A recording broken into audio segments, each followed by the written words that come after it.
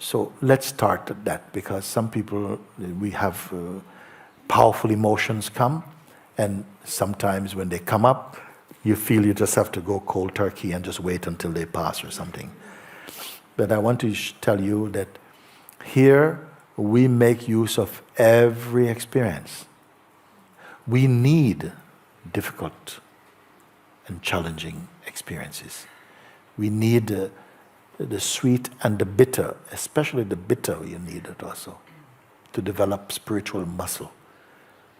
You need it in order to test and to go more deeply into your being. If all your experiences was all just light and fun and stuff, nobody would wake up. You'd be satisfied with your egoic existence. But because at some point it begins to crash, your dreams are crashing, your projections are not working, and you feel really depressed. But this depression is for the person, not for the isness.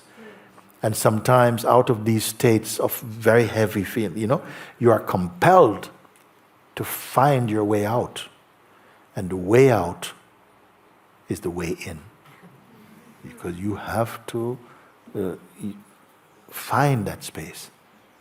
You have to find that space. With the invitation, it becomes very easy. But if those states catch hold of your attention, the isness will feel remote.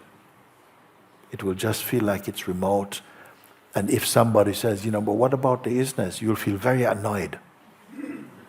Because now you're gripped by your own projections, you're struggling, and that's your reality at the moment.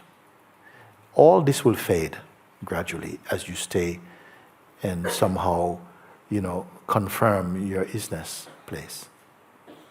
But I want to show you a little bit when those emotions or bad feelings come inside. When they come, like, say, if we use one, say, like, rejection, you see. So this feeling of rejection, and it's so loud, energetically it's present inside the body, and it's like, these feelings are happening, and you're feeling that somehow you're just overwhelmed by the feeling. Then, first of all, don't try to stop it. The reflex is to try and stop it, or to create some distraction for yourself, so that you can, phone a friend or something, or have an ice cream to try and get out of that mind state. But I'm saying now, I'm going to show you how to use it.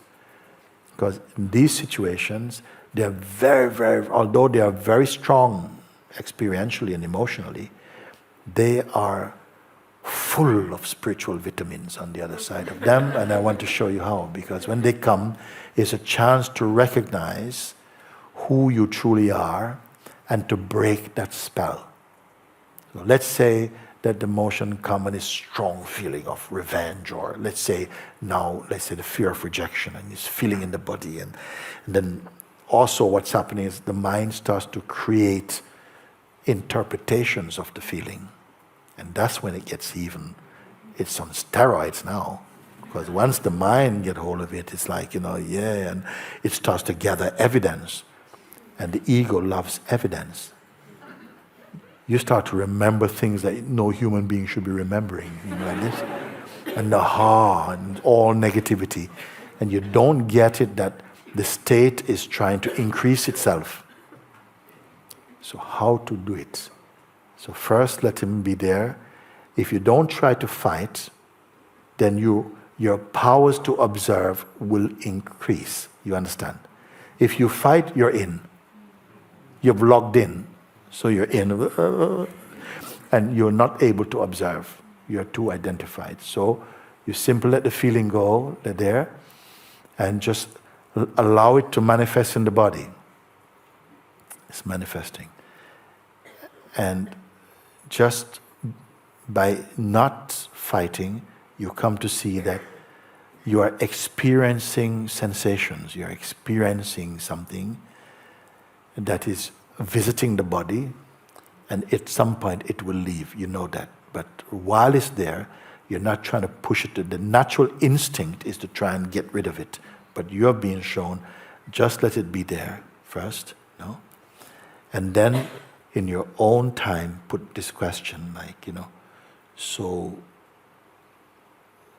what is the message inside the feeling. Try and understand what is it saying. And if you want, you can write it down.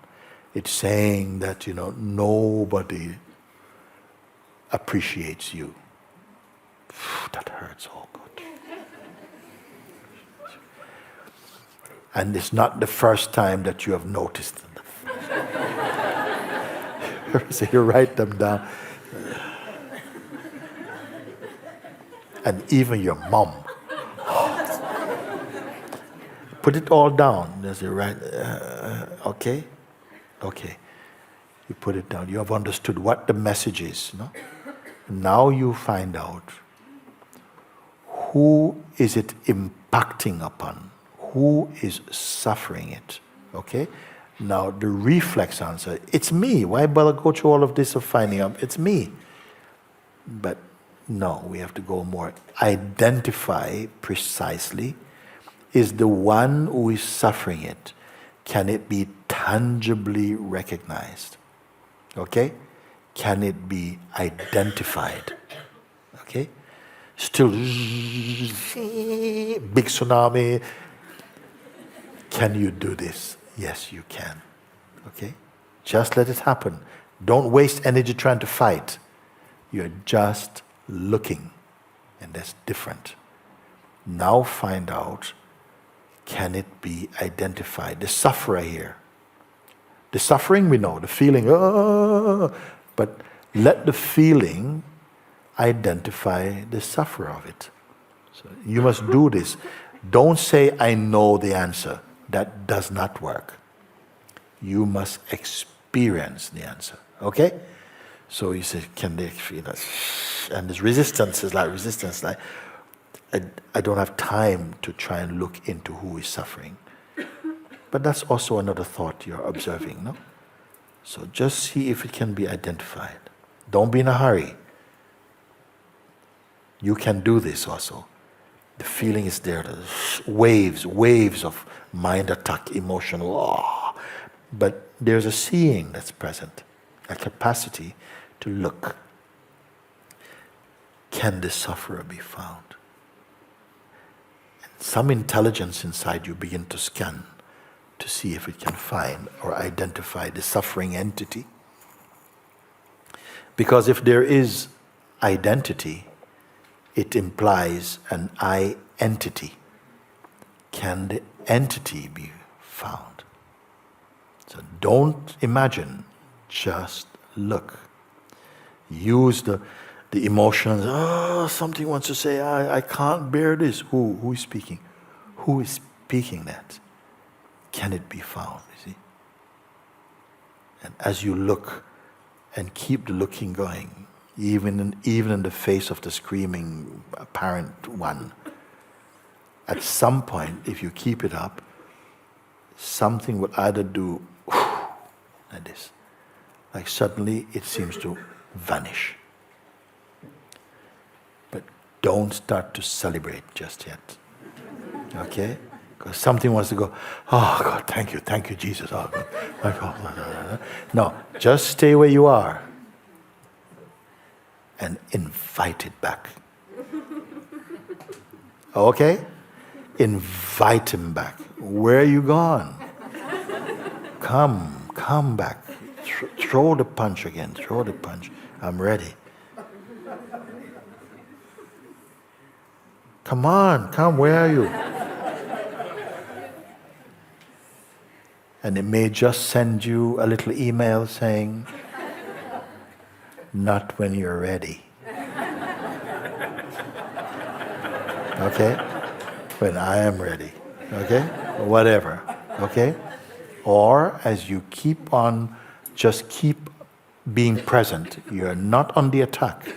You're just firm in the place of the weakness.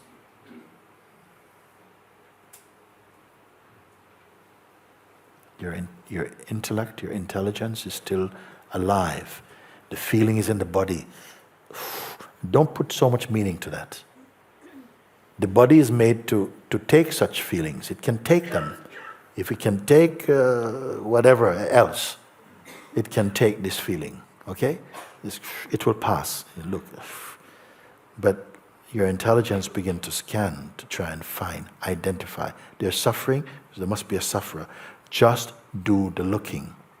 Don't create a sufferer. Just see if it can be found.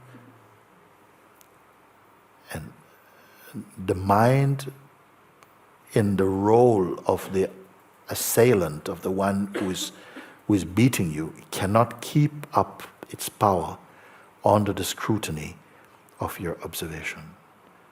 And it will either collapse like this, and you feel spaciousness again, or as you keep looking, this happens like,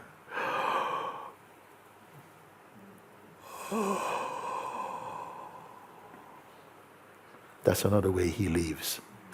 His power leaves. Don't start opening up the champagne just yet. Just keep looking, stay with it. Don't be from now the sufferer to the celebrator, okay? Don't identify with anything. Just stay empty and just keep looking present. And just say to the mind or to this power, anytime you like, I'll be here. Okay? Don't be thankful to the mind. Oh, thank you, mind. Thank you. No, don't bend your knees to the mind in this mode of mind. You are here to transcend its influence and its seeming authority by discovering the natural authority of the self. So this is a practical way like this. If you can go directly to the isness, better. Then you don't even have to do any inquiry just yet. Maybe save your inquiry for a really important moment or whatever. If you can come, as soon as you get accustomed to the space of the isness, at some point it will not require memory anymore. It will not require any practice. It will be your natural climate. Whatever happens, like I gave example before, it's like if you caught the flu for 3 weeks or something like that, then whatever you do in that 3 weeks is happening in the flu state, isn't it? Whether you're having a shower, you're on the phone, you're sending an email, you're at the supermarket, you're on the toilet, whatever it is, it's still in the flu state. The flu state is all-pervading almost. In the same way, everything that arises in you, every action that takes place, even the functioning of perception, is taking place in the isness. You understand that, isn't it? And it becomes so natural for you. Don't talk about it with anybody, not yet. Just be loyal to it. It is not personal. It is much greater than any person. You see? You're growing back into your original state. And it is a delightful homecoming. It is a tremendously empowering rediscovering. You see? So just keep staying with it. Now and again the mind will come. Something may happen, which may just be any ordinary thing, but the mind will claim it or something. Or you will think, oh, it's my mind again. And sometimes you are making up the mind. Sometimes mind has got nothing to do with it. You say, oh, my mind is in my mind. Ah, did you call? Okay, yeah, whatever, you know. So just, you will also get used to not keep saying, oh, my mind, my mind, my mind. You don't have a mind. It's just like you have the air, universal air. You breathe it in. You say, my breath. Oh, where is it? Where's your breath? Can you find it again? We cannot find it. So it is just habit. It is just culture, human culture, the way that language works, the way that duality works. It is simple like that. So all this is going to start to become much, much lighter, because the most heavy experience you can have in life is to experience life as a person. Yes. You see? And I feel the world, the human kingdom, is suffering from person poison. too much personality, you, me, this, I don't like them, I don't like that. The isness is not like that. From the isness is universal love. It makes no distinction, oh, you're not like this, I like, it has no type. Just like the sky has no favorite clouds. The isness has no favorite way, favorite thoughts, favorite way to be. It makes everything divine.